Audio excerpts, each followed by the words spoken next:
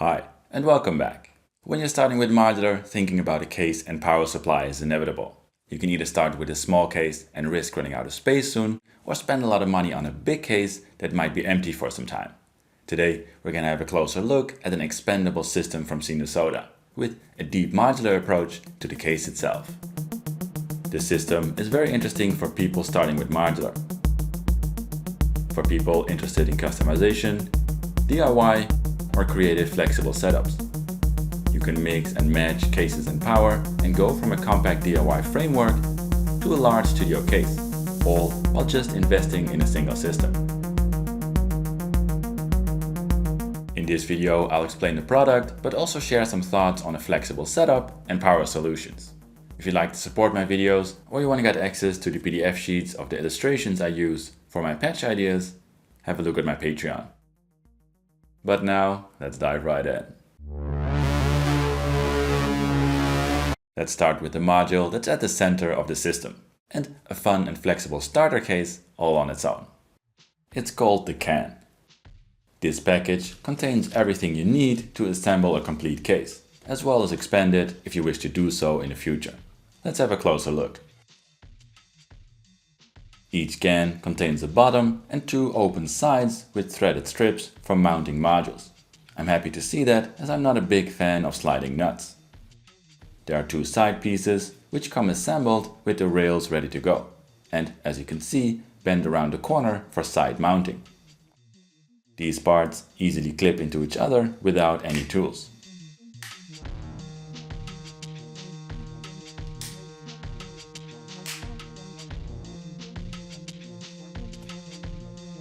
But you can secure them with included bolts. Together, they make up the framework of the system. Obviously, this isn't for people who only like oak wood furniture, but this is very light, sturdy and durable. To finish the case, a can also holds two plates that easily pop in and stay in place with the help of magnets, as well as two cornered side covers. There are also 4 solid rubber feet that can be installed in the bottom.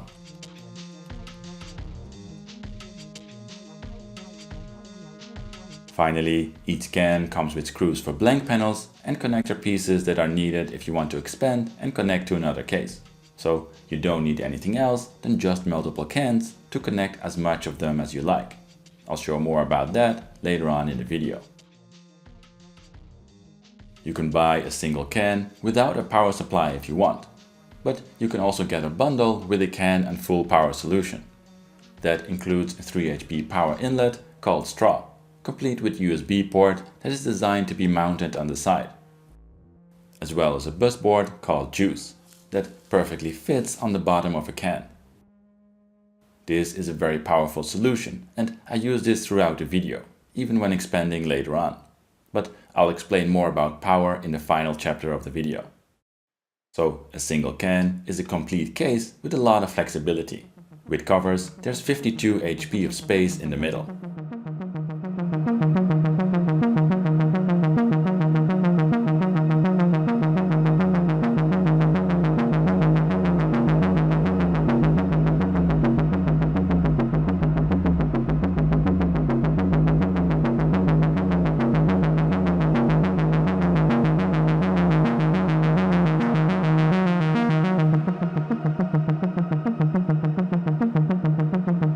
Without covers, there's 4 HP extra on each side, so a total of 60 on the top. Each side offers another 14 HP of space, although I have to mention you have to play a bit of Tetris with modules in the corner. And because all modules have depth, it's unlikely you can use all of the space at once.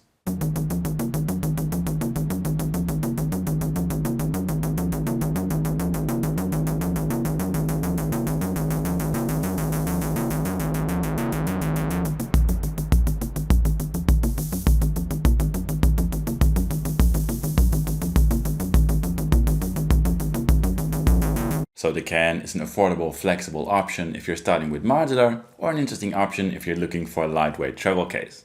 You can start with a neat little setup, overflow with some modules to the side if needed, and of course expand with more cases if you want a bigger system.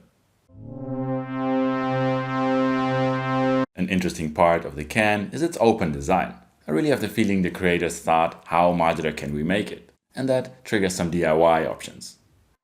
For starters, both top and bottom covers, as well as the side covers, come with 1 HP wide grooves.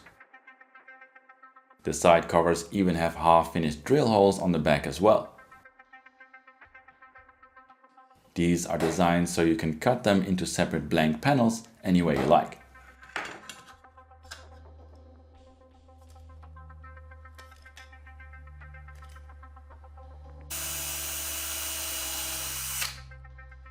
For this case, I went for 3 blank panels on each side. So I can use just 4 HP on the top with the sides covered. Or just use the larger sides. Or even see if it's possible to use both sides and still have a little corner panel. But this flexibility triggers some DIY thoughts. The sides are suitable to place things like in and output modules, and this is a passive dual 3-to-1 mixer I made a while ago. On the other side, above the power supply, I made a simple module that is basically a dual manual gate. But I can patch each of them through a simple slew limiter to inject some motion into the patch. The longer side strips are also very suitable for adding attenuators or other features if you like to get the most out of a single case. But these use magnetic strips for attachment, so you would need to make a custom panel with magnetic strips, or of course drill holes and customize these covers that come with the can. The main concept of the system though is that it's easy to expand. You can start with a single can and grow your system whenever you want. When you're starting with modular, that is a valuable option. As showed in the previous chapter, you can start with a compact setup and expand to the sides to stretch it to the limit. But if you really need more, you can literally grow in all directions. The friendly people at Sinusoda sent me a whole bunch of stuff, so I can easily demonstrate how this works. As I mentioned, each can comes with all covers and sides included, as well as the parts you need to connect to another case. If you have 2, the easiest way to connect them is placing them on top of each other. There are 2 connector pieces that fit in between the cases and bolts to secure them.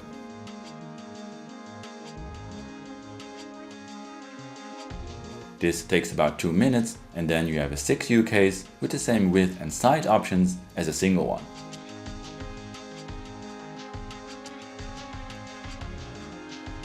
Mounting 2 cases on top of each other also makes power distribution easy, because ribbon cables are long enough to reach from one case to the board in the other. When you have a case in power, it's easy to expand, but this system adds flexibility in the way you use your modular as well. Here I added 3 cases on top of each other. This creates a nice standing case with a lot of space for use in the studio or a performance.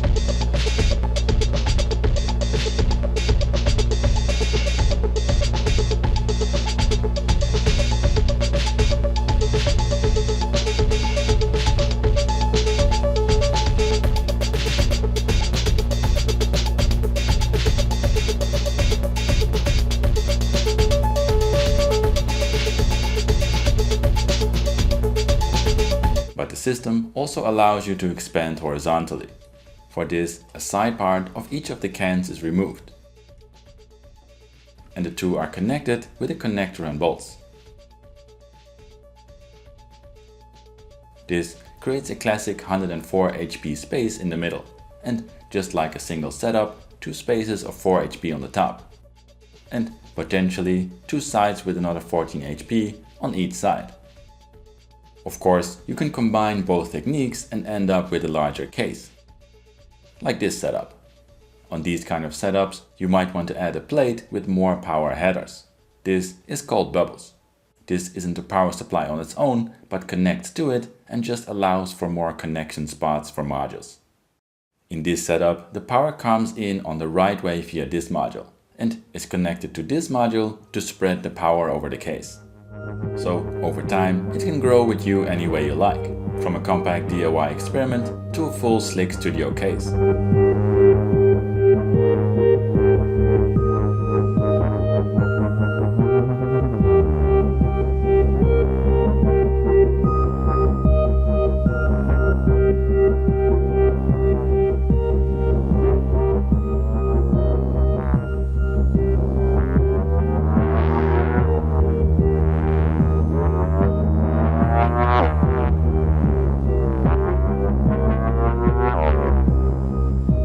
could still expand to the setup you see here and go all the way to a monster case design if you like.